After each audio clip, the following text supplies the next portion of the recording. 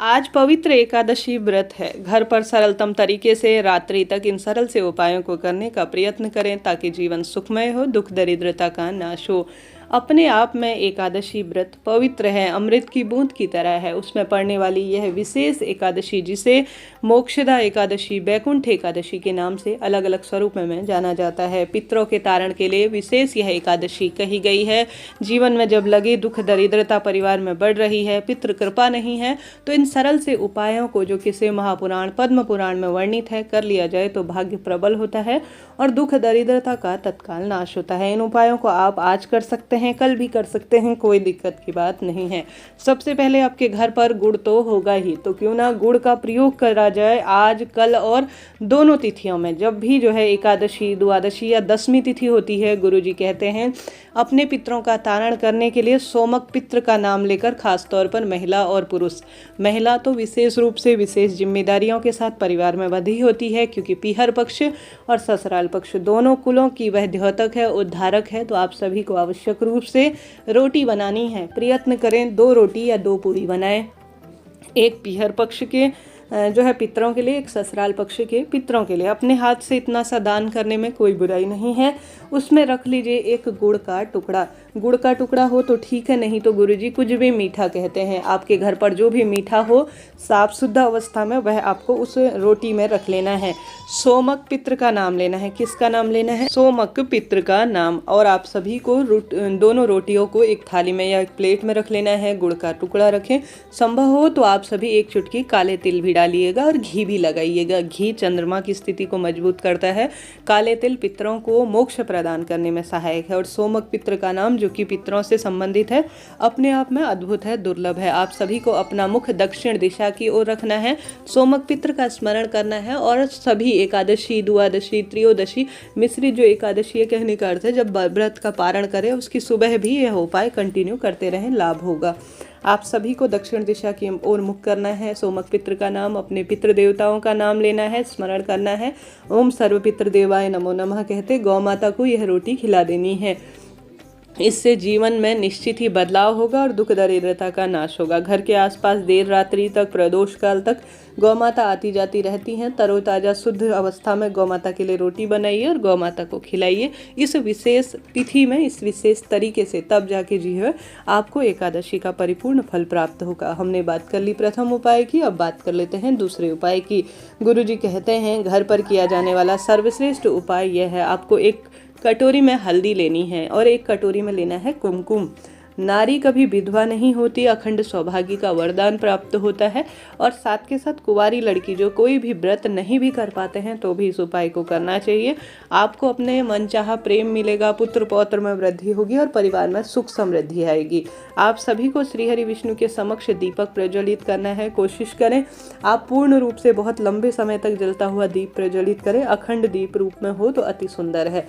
आप सभी को श्रीहरि विष्णु को जो है विधि विधान से पूजन करके या जो भी क्रिया करते हैं वह कार्य कर लेनी है। उसके बाद आप सभी को श्रीहरि विष्णु के सीधे पैर में, अर्थात दाहिने पैर में हल्दी समर्पित करनी है। ठीक है, दाहिने पैर में आपको हल्दी समर्पित करनी है। उल्टा पैर अर्थात बाएं पैर में आपको कुमकुम समर्पित करना है। गुरुजी कहते हैं यह सरल सा छोटा सा कार्य हल्दी और कुमकुम का अपने आप में परम सुखों की प्राप्ति करता है।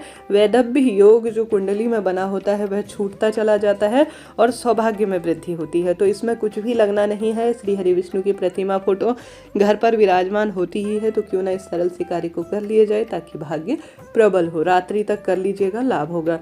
श्रीहरि विष्णु के पैरों में लगा हुआ हल्दी कुमकुम आप मस्तक पर भी धारण कर सकते हैं।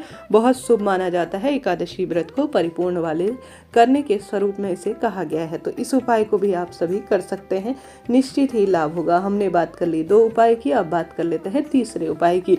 तीसरा उपाय बहुत सरल है, उसके बाद आपको दीपक का उपाय बताऊंगी। तीसरा उपाय इस तरह से है, जिसमें गुरुदेव कहते हैं आप सभी को एक पात्र में 11 तुलसी के पत्ते डालने हैं। ध्यान रखें एकादशी तिथि शुरू हो गई है, तुलसी के पत्ते नहीं तोड़े, भारी पाप के स्वरूप में यह जाना जाता है।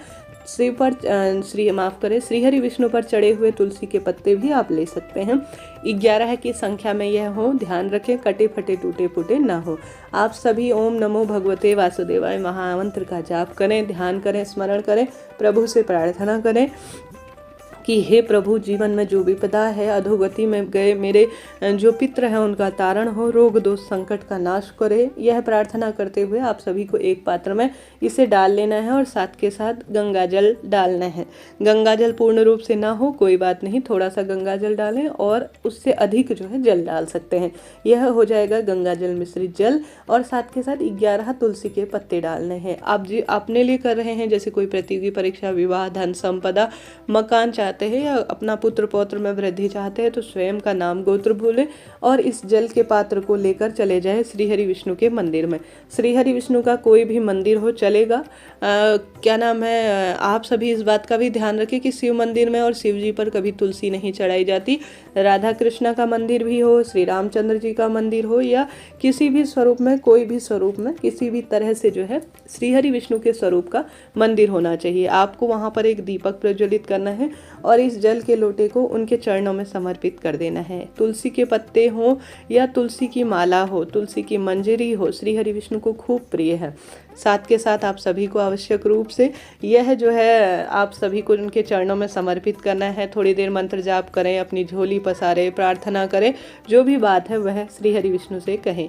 साथ के साथ आप सभी यह अपने अमृत की जो बूंद है, अपने आप में जो जल है तुलसी मिश्रित, उसे किसी पवित्र पेड़ के नीचे, अब इस बात का ध्यान रखें कि तुलसी माता में आज के दिन जल नहीं चढ़ाया जाता। अन्य वृक्षों के नीचे, पीपल वृक्ष हो गया, शमी वृक्ष हो गया, आंवला वृक्ष, केला वृक्ष, इन वृक्षों के नीचे इसे जो है विसर्जित कर दीजिए पूर्ण रूप से, अपनी मनोकामना कहकर जो जल का पात्र है उसकी बात में कर रही हूँ। इस तरह से यह सरल सा उपाय है, आपको देर रात्रि तक करना है।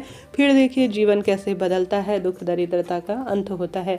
सरल सा उपाय है, करके देखिएगा, लाभ होगा, कष्ट मिटेंगे, दुख दरिद्रता का नाश होगा। यह बात हो गई सरल से उपाय की। दोनों तीनों दिनों में से किसी भी दिन जो है 2 दिनों में कर सकते हैं, लाभ आपको मिलना ही है। यह हमने बात कर ली सरल से उपाय की। अब बात कर लेते हैं दीपक के उपाय की।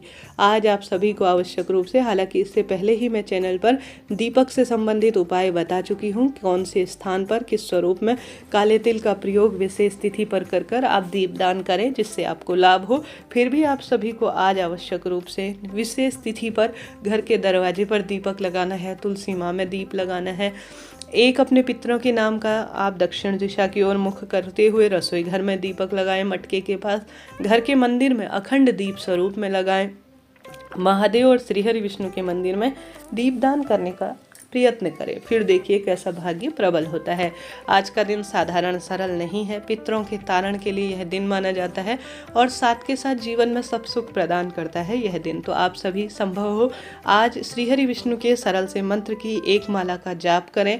कथा में भी वर्णित है आज का दिन व्रत करने के लिए और पितरों के तारण के लिए कहा गया है। साथ के साथ आप सभी गर्म वस्तुओं का दान करें, पितरों का तर्पण कर सकते हैं। पितरों के निमित्त अन्नदान, जलदान, भूदान, गर्म वस्तुओं का दान, साथ के साथ दीप दान करना बहुत सारा सुख प्रदान करने वाला होता है, रोग दोष संकट को नाश करता है।